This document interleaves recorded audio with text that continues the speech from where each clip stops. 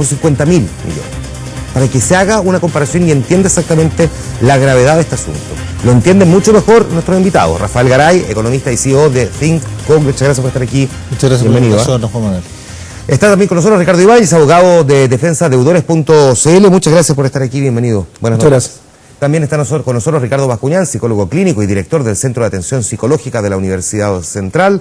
Muchas gracias por estar aquí. Bienvenido. Hola, buenas noches, Juan Manuel. Buenas noches. Y Alejandro Ursúa, economista de la Universidad Andrés Bello y consultora Open. ¿BBK o BBK? BBK. Okay. Muchas gracias por la invitación, Juan Manuel. Gracias a los cuatro. Rafael, qué bueno que te tenemos aquí porque no te habíamos visto todo el día. Sí, no he podido dar cuñas al respecto, sí. O sea, la verdad no da mucha vista. El niño símbolo. ¿Qué conclusiones sacas tú después del día de hoy? Donde entre las cosas que aparecían era, no se va a colaborar con la justicia. Yo me imagino que colaborar con la justicia primero es decir la verdad, o por último decir dónde está la plata. Pero hasta ahora siguen insistiendo en que ellos efectivamente invertían en renta variable y no hay ni un antecedente puesto hasta ahora sobre la mesa que permita creer que efectivamente esta plata se pudo haber perdido por una mala inversión y no simplemente porque se transformó en otro episodio más de esto que se llama los negocios piramidales. Mira, fíjate, Juan Manuel, que yo empecé a investigar esta empresa más o menos entre agosto y septiembre del año 2015. Y básicamente porque llegó a mis manos uno de estos contratos de inversión, que realmente son contratos de mutuo, ¿cierto? Que no es un contrato típico de inversión y por lo tanto no está fiscalizado por la Superintendencia de Valores. Y empecé a investigar un poco qué era la empresa, en qué invertía, quiénes eran sus controladores, ¿cierto? Este señor Santos, y me encontré con varias sorpresas que me llevaron a afirmar en la radio, en el programa que tengo, ¿cierto? Que era derechamente en el Conquistador, ¿cierto? Derechamente una estructura piramidal y que si me estaba equivocando, que la empresa me demandara, así que sentía que estaba la empresa, ¿cierto? Y sus ejecutivos injuriados, ¿no? Cosa que obviamente nunca pasó porque claramente yo tenía razón. ¿Qué es lo que pasa acá desde el punto de vista, digamos, de la estructura de operación? Primero, los contratos no son contratos de inversión. Y eso hay que dejarlo bien claro, son préstamos, ¿cierto? Son mutuos al final del día, que no son los contratos estándar que están regulados por la Super de Valores. Pero aparte de eso, yo empecé a rastrear dónde invertía esta gente, ¿ya? Porque obviamente habían amigos, cercanos, familiares que querían invertir en esta empresa por estas tremendas utilidades fijas a todo evento, sin riesgo que estaban ofreciendo. Y lo único que logré encontrar, y esto va a ser materia seguramente de la investigación, fue una operación a través de estas plataformas, digamos, que te permiten invertir recursos directamente, ¿cierto? Que tú los gestionas, estas plataformas digitales, ¿cierto? Que hay varias, Forex Chile es una, y hay otras, digamos, ¿cierto? Y fíjate que la única inversión que ellos hicieron, que fue una inversión de 1.000 millones que hizo el señor Santos, es una inversión que en 30 días perdió todo. Y es la única inversión registrada. O sea, de los 1.000 millones que puso la plataforma, hizo tan malas inversiones porque es alguien que no sabe hacer nada de trading, no sabe hacer el negocio.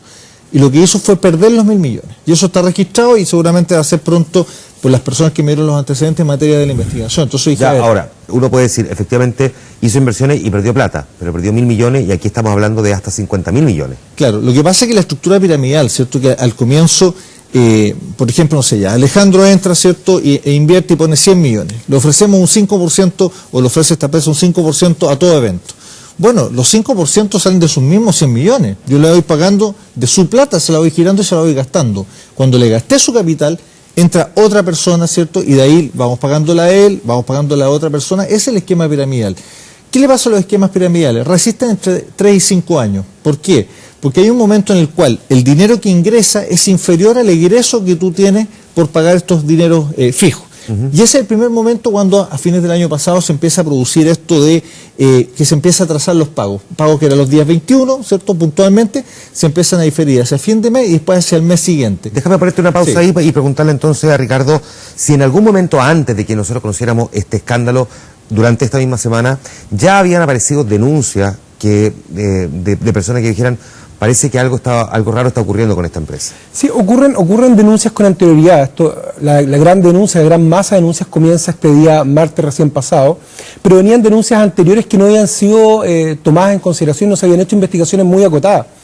Pero, Juan Manuel, disculpa que me desvíe quizás un poco el tema. Por favor. Yo, hoy día lo que también me ha tocado hablar, no al nivel de Rafael, por supuesto, en tantos medios, pero sí me ha tocado hablar y haya sido la doble lectura que lo da la noticia. Para mí el gran problema Y en ese sentido se agradece mucho, agradezco mucho la honestidad del fiscal Gajardo, que hoy día al terminar la audiencia de ampliación del plazo de detención señaló que no se cifraran muchas esperanzas a los afectados en recuperar el dinero, porque bien sabemos que estas son condenas que en el caso de la estafa llegan a los 5 años por el carácter de reiterado, puede subir un grado, pero también teniendo atenuantes, como le reprochar la conducta anterior, van a quedar, probablemente todas estas personas van a cumplir sus condenas en libertad.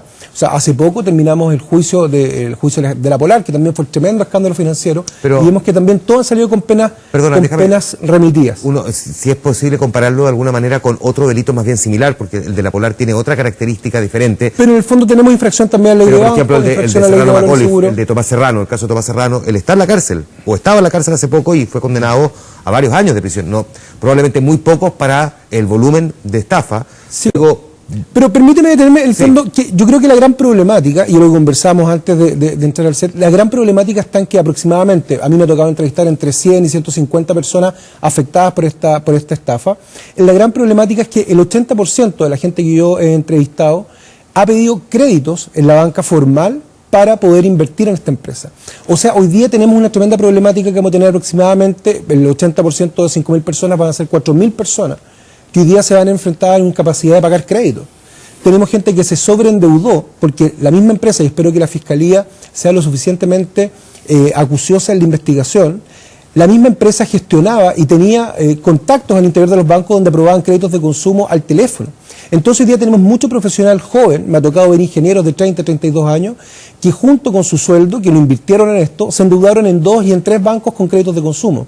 Y ahí es donde yo hago un llamado a que la Superintendencia de Insolvencia y Reemprendimiento, antigua Superintendencia de Quiebras, haga aplicación de la ley 20.720, que es la ley que hoy día permite, ya hace más de 1 año y medio, a las personas naturales quebrar o bien a renegociar sus deudas. Yo creo que esta es una tremenda oportunidad que van a tener esta masa de 4.000 personas de poder someterse a los procedimientos que establece esta ley y poder salvar este tremendo impasse que en sus vidas financieras le ha ocurrido. Te voy a preguntar en un momento más sobre esto, porque uno de los puntos que me interesaría abordar es cómo se puede resolver desde aquí en adelante, pero por supuesto también qué se hace con quienes están con esta tremenda carga de deuda sin haber dimensionado realmente lo que se estaba metiendo. Por lo mismo te quiero preguntar también, Ricardo, ¿cómo lo aborda uno desde el punto de vista de la psicología? Cuando estamos viendo aquí que hay un grueso de personas, no son pocas, que además utilizaron plata que estaban ahorrando para la jubilación de los padres, incluso personas que iban a jubilar dentro de poco, sus indemnizaciones, los de las Fuerzas Armadas, personas que recibieron bonos o exoneraciones en el caso de la minería, por ejemplo, que incluso eran esperados, entiendo, hasta fuera de las notarías para que invirtieran y le ofrecían jugosas y suculentas utilidades. ¿Cómo se aborda con esas personas que sienten que hoy día no solo lo perdieron todo? Me van a perdonar nuevamente el francés, pero tengo que decirlo así tal cual, se sienten huevones, porque en el fondo sienten que han quedado ante la opinión pública como estúpidos y además sin tener ningún margen de acción. Mira, yo creo que, creo que esa es la palabra más categórica para esto. Ahora, un análisis que uno puede dar de esto tiene que ver con que la historia del hombre siempre ha estado cargado de gente que usa sus capacidades para abusar, transgredir las normas y aprovecharse, en este caso, de gente que, basado en relaciones de confianza, deposita toda su expectativa, deposita, en este caso, cantidad de dinero que ha ido acumulando, digamos, como para la jubilación. Y en esa lógica, las conductas disociales, que se le llama en términos de psicopatía, de gente que transgrede normas, es gente que no repara justamente en este tipo de sufrimiento. O sea, en este momento nosotros vamos a ver personas que han hipotecado su futuro, literalmente. Entonces, bajo esa lógica, a ver si de que son personas ingenuas, casi va a ser como el castigo social que todos les vamos a dar, pero sin lugar a dudas han sido también víctimas de gente que es muy hábil, que es muy carismática, que su comunicación persuasiva hace que la gente literalmente pise el palito. Yo hace años atrás estaba leyendo una entrevista donde entrevistaban a un estafador que estaba en la cárcel. Y este tipo dio una frase muy buena, y yo me atrevería a decir como muy para el bronce, porque el periodista le decía, bueno, ¿y esto, tú cuándo vas a dejar de estafar? Y él dijo, mientras hayan personas ingenuas, no lo voy a dejar de hacer. Y es gente que tiene este tipo de conductas en la línea casi, incluso hasta de lo antisocial, de transgredir normas. O sea, en este momento, si esta persona niega todo este tipo de delitos, es bastante esperable, digamos. Y el que nosotros seamos, como en este caso, empáticos con el sufrimiento, entenderlo, cómo lo están pasando las personas, claro, estas personas que estaban a cargo de, digamos, de este grupo de inversionistas, entre comillas, no les va a importar el sufrimiento de las personas. Vamos a hablar de la ingenuidad también, y si la ingenuidad es una característica esencial para que personas que se vieron afectadas terminen cayendo en este tipo de historias. Pero antes aprovecho de preguntarte, Alejandro, uno se encuentra aquí también con otra realidad que el ministro de Hacienda temprano también la reflejaba. Decía, uno no puede creer cuando te ofrecen utilidades o rentabilidad mensual del 4, 5, 7,5%. También hay un grado de responsabilidad de la propia gente preocuparse un poco de saber dónde realmente se está invirtiendo la plata. Primero quiero saber si tú estás de acuerdo con esa afirmación, que tiene ya también hay un carga emocional, un juicio valórico en la práctica. Y lo segundo, si es fácil o más bien es complejo realmente saber a dónde va para la plata, porque si uno es en esta materia, realmente podrían hacerle pasar gato por liebre y decirle, mira, sí, tu plata fue invertida en esto, yo no confiar. Mira, lo que pasa es que generalmente, como decía Rafael recién, esta estructura piramidal primero ocupa tu plata, de tu mismo, ¿no es cierto?, tu mismo ingreso, o si no simplemente te dice, yo estoy colocando el dinero y este dinero cuando ya se acabó empieza a llegar de la gente que está, ¿no es cierto?, inmediatamente en el piso más abajo.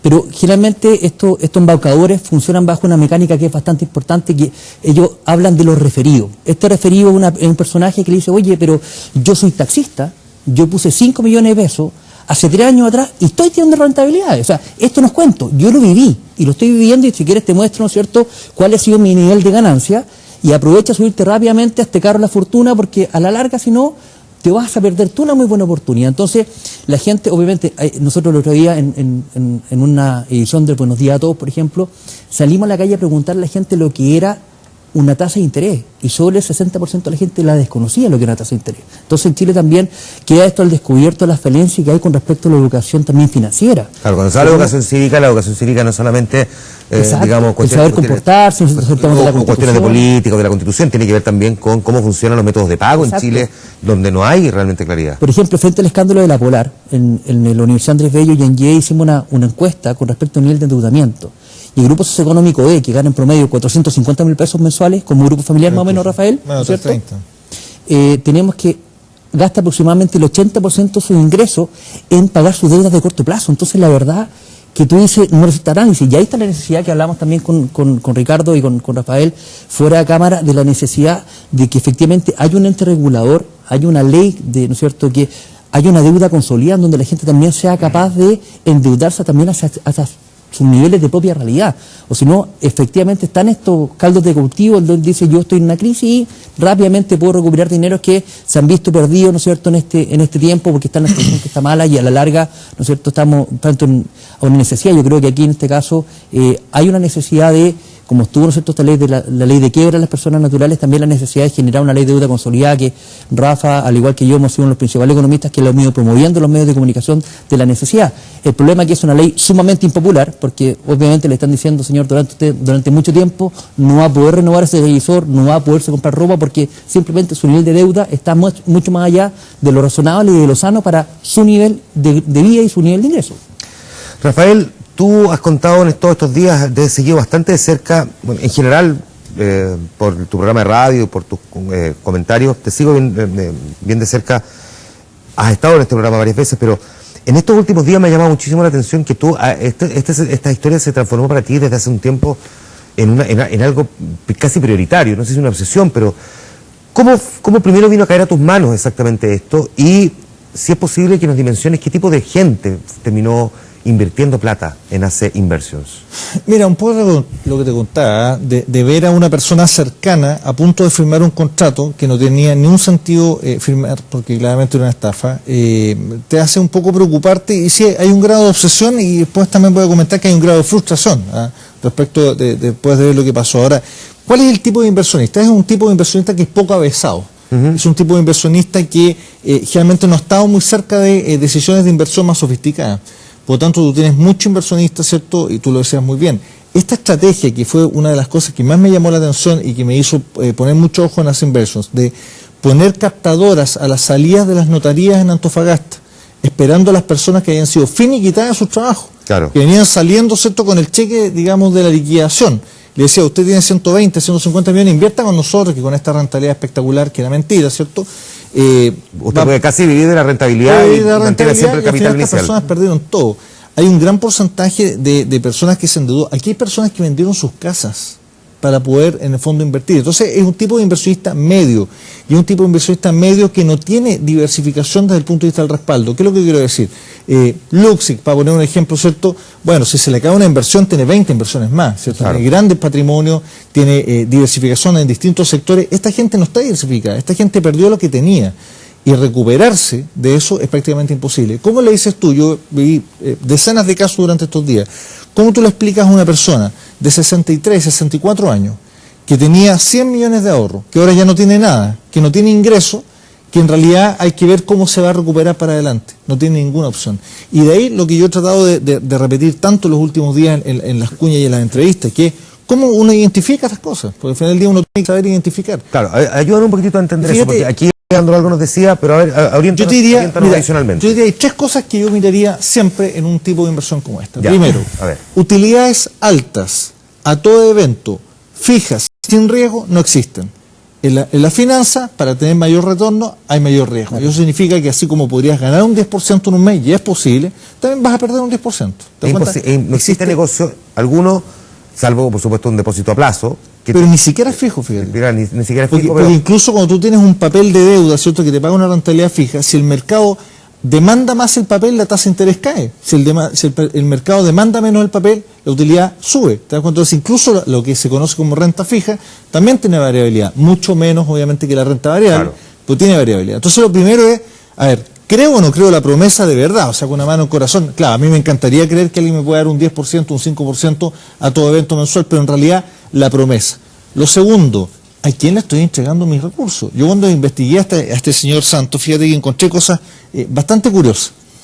Una de las cosas curiosas, yo me metí a su perfil de LinkedIn y él declaraba haber estudiado en una universidad que no existía. ¿Se da cuenta? Entonces, primero eso, declaraba un récord, digamos, de una experiencia profesional inexistente. Fíjate que no tenía ningún tipo de antecedente comercial intachable. Tenía incluso algunos temas pendientes en Estados Unidos, de algunos negocios que armó y en Europa también. Entonces, era cosa de meterse en Google. Entonces, la pregunta es, si fuera tan destacado una persona que logra rentabilidad, pongamos un contexto, entre 60 y 80% al año, seguramente tú lo hubieses tenido muchas veces invitado en este programa para conversar con probablemente quizás el mejor inversionista de Chile. Candidato Pero al nunca premio escribió, mira, nunca vino, nunca escribió una columna, nunca salió en televisión, nunca estuvo en radio, nadie lo conoce en el mercado. O sea, le estás confiando tu dinero a alguien que en realidad no tiene ningún tipo de trayectoria profesional. ya, déjame preguntarle entonces ahora, Ricardo, es que lo que tú describes es clave, a lo que tú agregas también, y por lo tanto me sirve para preguntarte, Ricardo, porque aquí se ha dicho también, efectivamente, había personas que decían, no, confía, o sea, yo tengo un amigo que invirtió plata y le llega todos los meses la plata y le está rentando.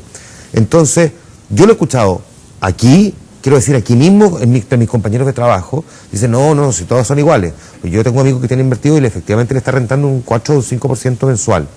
¿Cómo se hace frente a eso? Que evidentemente es una situación piramidal que en algún momento alguien va a ser perjudicado. Por supuesto, mira, aquí en el fondo, y contestando quizás la primera pregunta que podemos enlazarla con esto, hay responsabilidades de antes.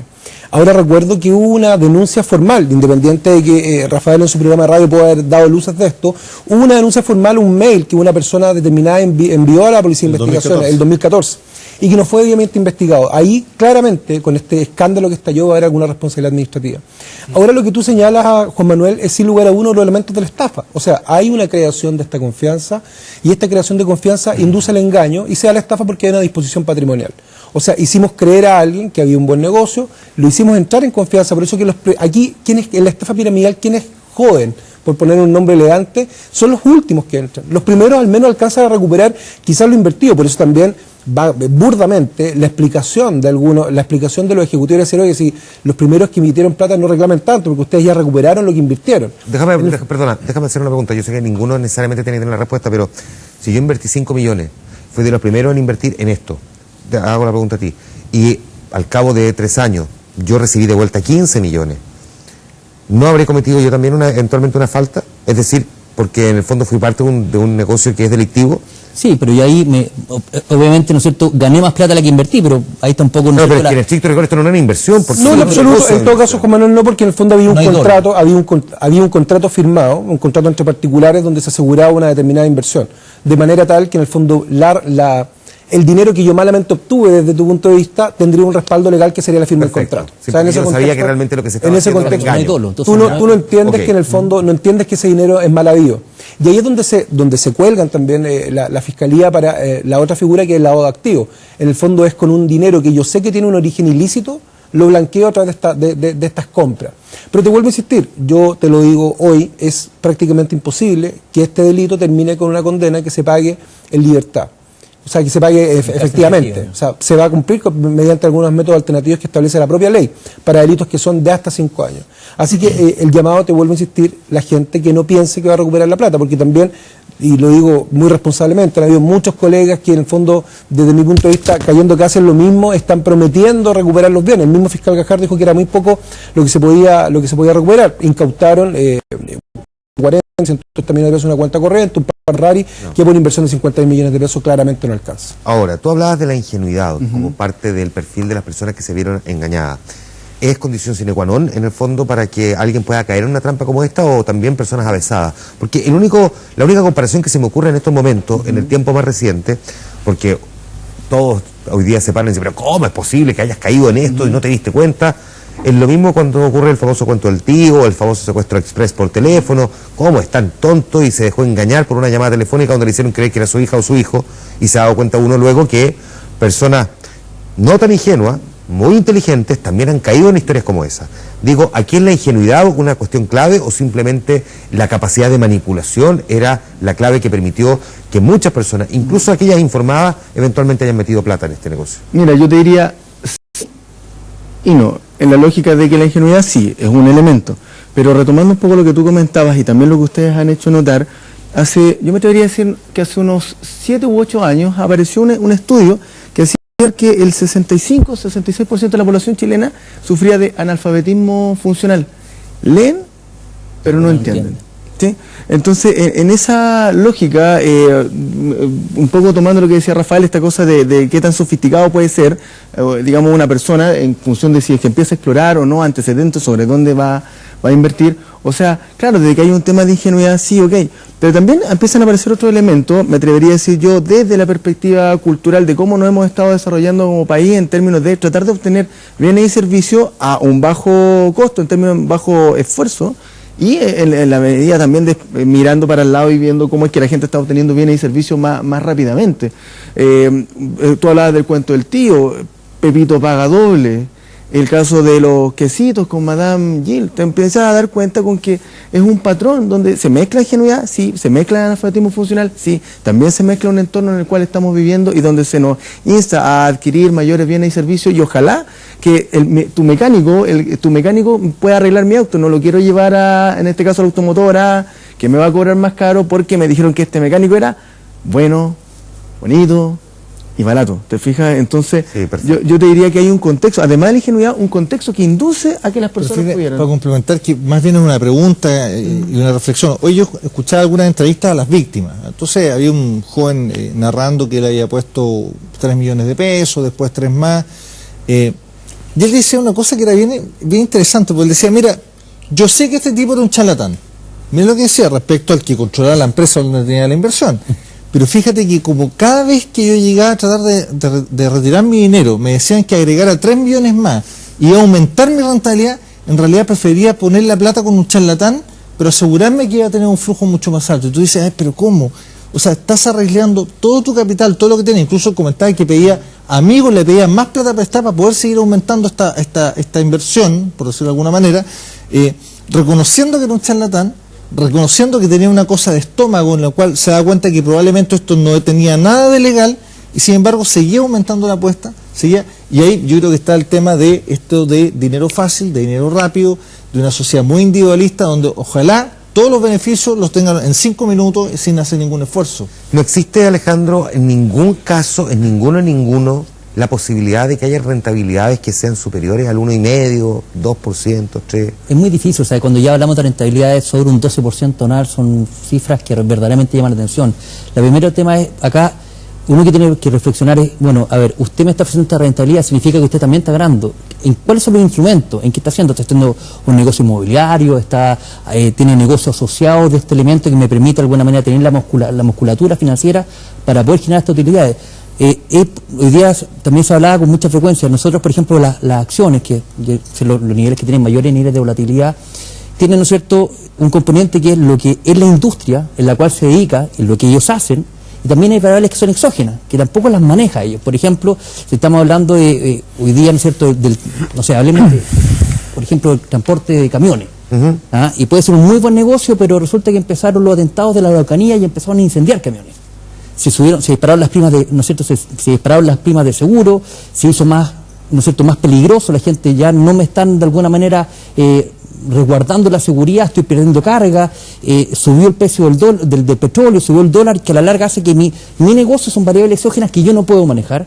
También hay factores variables importantes que yo no lo manejo, y es un poco cuando nosotros, cuando estamos en el mercado financiero, hacemos apuestas de que, ¿no es cierto?, con estas condiciones, los famosos activos, ¿no es cierto?, Rafael, que decimos, con estas variables debería haber una tendencia a que esta acción se tienda a recuperar. Y esos elementos son los que de alguna manera faltan. Cuestiones tan absurdas, como yo tuve la oportunidad de, como decía en estos últimos días, de conversar con decenas de ex trabajadores, ex clientes y algunos ejecutivos importantes. Entonces yo decía, cuando uno enfrenta una inversión bursátil, renta variable, acciones específicamente, uno enfrenta esa decisión básicamente, para ponerlo en términos muy simples, por dos instrumentos. Un instrumento del análisis fundamental, que es mirar la compañía, mirar los balances, mirar proyecciones de ventas, ¿cierto?, que es el análisis interno real, digamos, por decirlo de alguna manera. Y el otro es el análisis técnico, que es básicamente un análisis gráfico donde uno mira evoluciones gráficas de los precios y con eso trata de determinar tendencias de precios y saber si tiene que entrar a comprar o vender. Dos cosas, fundamental, técnico. Exacto. Yo conversé con un ejecutivo y le dice, bueno, pero ustedes ¿cómo se aproximan a la inversión? Análisis técnico, porque uno puede escoger, le puede gustar más uno u otro, yo prefiero usar los dos. Análisis técnico fundamental. Perdona, pero ¿qué es eso? Perdón, estamos hablando de una empresa de inversiones. Si ahora, usted no sabe lo que es un análisis técnico fundamental, cierre la puerta porque quiere decir que no invirtió nunca. Y también habían videos, o sea, habían videos que salía una persona, ¿cierto?, que era un taxista hablando de cómo están las divisas hoy día, con una música de redón debajo, y habían dos pantallas que decía, bueno, en la pantalla izquierda estamos abajo $150 y acá estamos ganando 324, pero la pregunta era, bueno, ¿de qué? ¿Qué está invirtiendo? ¿De qué se trata su gráfico? ¿Cuál es tu instrumento? Que es la pregunta que probablemente muchos se pueden estar haciendo también.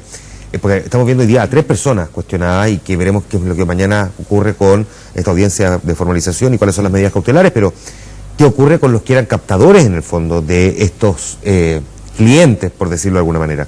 Ellos sabían lo que se estaban metiendo, es decir, se les puede responsabilizar a ellos, porque simplemente finalmente eran vendedores, o sea, tráigame ustedes clientes. No, la responsabilidad penal en el sentido es personal y desde mi punto de vista cae en los representantes legales y en quién era la cabeza de esta organización. Pretender derivar la responsabilidad hasta en a lo mejor la secretaria o quien recibía los pagos, desde mi punto de vista... No necesariamente que recibía los pagos, pero el que decía, ¿sabes qué? Yo trabajo con una empresa, ven acá... El que tenía el discurso aprendido y era el captador de clientes. Lo que pasa es que está hablando de los beneficios, entonces, de hecho, cuando uno está en una empresa de, ¿no es cierto?, real de inversión, te dicen, te hablan, ¿no es cierto?, del proyecto, te están hablando, ¿no es cierto?, de la inversión que se está realizando, de la apuesta bursátil en algún momento determinado, que puede ser por los instrumentos que planteaba, ¿no es cierto?, recién Rafael, pero esta gente te hablaba simplemente de los beneficios. Es que lo que pasa es que digamos la verdad, así que volvemos a la esencia. Es muy complejo entender cuáles son esos instrumentos. La gente no maneja los términos y por lo tanto piensa, y además, ayuda un poquitito aquí, se bloquea un poco y dice, yo jamás voy a lograr entender exactamente cómo funciona la economía. La encuentra demasiado árida, distante, no la entiende, hay montones de conceptos, siglas, que no sabe cómo funcionan, no entiende cómo opera la bolsa de valores, mucho menos puede entender lo que pasa en el mercado de divisas, en fin, entonces... ¿Qué pasa con esa gente que hoy día además probablemente en un grueso de la población se genera un grado de desconfianza donde además aquí van a pagar justo por pecadores probablemente? Sin lugar a duda. Sí, o sea, y nuevamente el tema está en que ojalá, y tal cual como decía Rafael hace un ratito, esta cosa como de la frustración, ojalá que la gente pueda aprender, ojalá que de este programa la gente pueda estar incorporando algunos conceptos. Educación financiera en el fondo, Juan Manuel, o sea, claro. digamos las cosas como son. Una cosa tú me puedes decir, claro, era difícil entender el contrato de mutuo que le pasaban. Pero yo te invito a hacer un análisis, a que nosotros mismos analicemos la misma operación que nosotros hacemos. Cuando tú abres una cuenta corriente, lees el contrato de cuenta corriente, lo entiendes el contrato de cuenta corriente, se han transformado prácticamente todos los contratos con que opera la banca en contratos de adhesión. Es más, porque yo te voy a decir, cuando te entregan la escritura pública de comprar ante tu departamento de tu casa, ¿tú crees que si tú objetas la cláusula 24ª, tú crees que el banco la va a cambiar? Dice, oiga, ¿sabes que aquí está firme? Entonces estamos transformados en una sociedad donde firmamos todo lo que nos entregan. Así de simple. Una última cosa, tú dijiste hace un rato, Ricardo, la ley 20.720, la ley 20.720, que es la ley de quiebra. La ley de quiebra. Yo, en el fondo, mi opinión, y discúlpame lo impopular que puede resultar Por para la favor. banca, yo creo que aquí la gente que se endeudó para invertir en esta empresa, la única alternativa que le queda es la ley de quiebra, ley de insolvencia y reemprendimiento, antigua ley de quiebra, que te permite básicamente dos mecanismos, y hay que ser súper honesto en esto. Te permite la renegociación, que en el fondo es obtener un mayor plazo para pagar, poder obtener la condonación de intereses y poder obtener inclusive la remisión del parto del total de la deuda, que desde mi punto de vista es aconsejable para aquellas personas que tienen un activo que es superior al pasivo que tienen hoy. Es decir, yo tengo mi casa que cuesta 70 millones de pesos y contraje una deuda de 20 millones de pesos para pagar, para invertir en esta empresa. A esa persona yo le recomiendo absolutamente y con conocimiento de causa que renegocie su deuda al amparo de la ley de quiebra, que es un trámite administrativo gratuito donde ni siquiera necesita un abogado. Y en aquellos casos, y aquí viene lo impopular, aquellas personas se endeudaron irresponsablemente, en sumas estratosféricas. Hablábamos fuera de cámara, un cabro ingeniero con un sueldo de 2 millones de pesos pidió 3 créditos simultáneos por 25 millones de pesos en distintos bancos y hoy día tiene una carga financiera mensual de 2,5 millones, o sea, superior a su sueldo. En aquellos casos en que tiene una carga financiera que no van a poder pagar y que no tienen bienes con los cuales responder, la ley de quiebra establece un mecanismo que es la liquidación voluntaria, donde tú puedes entregar los pocos bienes que tienes, entregar la deuda y decir yo no puedo seguir soportando esto. Eso te va a permitir dos cosas: remisión de la deuda, es decir, toda aquella parte de la deuda que no pudiste pagar se entiende extinguida para todos los efectos legales, y lo que es primordial, y por eso que esta ley tiene por objeto reemprender, te permite la rehabilitación financiera del deudor. Es decir, esa persona va a poder quedar sin sus papeles sucios y va a poder volver a emprender. Y para la segunda vez, por favor, que sea un poquito más consciente al momento de Por supuesto. Alejandro y Rafael, misma pregunta. ¿Están de acuerdo con lo que plantea Ricardo? 100%. Sí, mira, yo estoy de acuerdo. Ahora, fíjate que yo sé que quedan pocos minutos y quiero decir algo que va a sonar quizá un poco duro en cómo lo voy a decir, pero esta historia no se acaba acá. Así como yo en su momento quizás cometí el error de solamente denunciar mediáticamente algo que sabía que era una estructura piramidal, hoy en día estoy estudiando otras compañías que son estructuras piramidales y son también estafas, derechamente. La diferencia es que ahora no voy a cometer el error. ¿A qué me refiero? No lo voy a decir en la radio ni lo voy a venir a decir acá. Voy a emprender la acción legal. Porque hay que frenarlas temprano. La única forma de tú recuperar una parte, por lo menos, una parte de esos recursos que fueron de alguna manera robados, ¿cierto?, a través de la generación de un esquema que fue pensado desde el momento cero para robar, es que tú pares temprano esa empresa. Porque cuando tú incautas esas cuentas, cuando todavía tienen dinero, que no es el caso actual, ¿cierto?, tú puedes recuperar una parte de los dineros de esta gente que confió. Pero que hay, por lo menos, que yo haya detectado, 2 empresas más que tienen la misma estructura, y esas empresas hay que tratar de pararlas ahora, porque si no la gente va a quedar nuevamente dañada y vamos a tener, por lo que yo he visto, casos ya de empresas que tienen 2.000, 2.500 clientes más, otras 1.500 clientes más. Por tanto, creo que ahora hay que ser mucho más rápido y emprender acciones legales. Fallamos en una instancia, fíjate que tú la conoces perfectamente, a la Bárbara Salinas, la abogada de accionistas minoritarios. Así es. Con la Bárbara estábamos preparando una acción en contra de esta empresa para ser, digamos, hecha durante marzo, y la empresa cayó antes. Si lo hubiésemos hecho, podríamos haber ayudado mucho más. Creo que ahora no hay mucho espacio y hay distintos expertos que estamos mirando empresas que tienen la misma estructura, y este es el momento de atacarla y frenarla. Me da lo mismo lo que digan estas empresas. No debería ser la autoridad lo que está haciendo. Sí, ¿sabes lo que pasa? Que como está todo esto vacío, por un lado, como está esta forma de operar dolosa que tiene que ver con el uso mutuo, como tiene que ver esta forma de no invertir, cosa que la autoridad regulatoria no te puede mirar, eso retrasa mucho la acción del regulador. Tenemos el servicio de impuestos, ¿cuántos meses estuvo mirando la empresa y no fue incapaz de actuar? No Por lo tanto, lo que hay que hacer es emprender, ¿cierto?, una acción legal rápida para poder frenar a esta empresa, o si no vamos a tener este mismo escándalo varias veces repetido, y eso va a terminar erosionando de manera grave la confianza del mercado financiero chileno, y eso es algo que nos perjudica a todos. Y ojo, ahí está el tema, nuevamente informarse de cuáles son los vehículos de inversión, qué es lo que hace esa empresa. Yo creo que también acá es muy liviano y también injusto ser lapidario con muchos fondos de inversión que sí hacen la pega, que se están preocupados de generar rentabilidades y sí están contribuyendo a la economía real también como consecuencia de proyectos inmobiliarios y esos fíjate que procesos. hoy día fondos, entre fondos privados que están bajo la ley de fondos privados, etcétera, y también de fondos digamos, de la normativa de administración de fondos terceros, hoy en día tenemos prácticamente 1000 fondos en Chile. De esos 1000 fondos, los que están teniendo mal comportamiento son estructuras piramidales, son muy poquititos. Pero esos poquititos pueden dañar el prestigio que han construido muchos fondos trabajando durante 20 años. Entonces hay que salir a defender. Trabajando genera grados de confianza brutales en una sociedad Muy que ya en sí brutal. mismo es bastante individualista, ¿no? Mira, de hecho hay unos estudios que hablan de esta variable que se llama capital social, vale decir cuánto una sociedad confía y establece relaciones de confianza entre sus miembros. Y el capital social chileno ha estado disminuyendo en las últimas décadas. Entonces, este tipo de situaciones no hacen sino que dañar aún más la confianza que las personas puedan ir estableciendo. Y probablemente también va generando una mayor vulnerabilidad, una predisposición a, cuando conozca la posibilidad de que pueda ganar más dinero, no voy a pensar dos veces y voy a tomar... Y ahí está la responsabilidad también de los fondos de inversión, de ser capaces de también materializarle a su inversionista cuáles son los dineros y en qué están utilizando sus dineros para efectivamente ellos tener utilidades que le permitan también cumplir con las promesas que le están entregando a sus inversionistas. Que ni siquiera eso es lo recibían básico. una cartola, por Dios. La gente que vendía, que es otro dato, ¿por qué era tan intensa la fuerza de venta? Fíjate que en los fondos normales se le paga, ¿cierto?, la fuerza de venta entre 1 y 1.5% del fondo captado. Exacto. Esta empresa pagaba el 5%.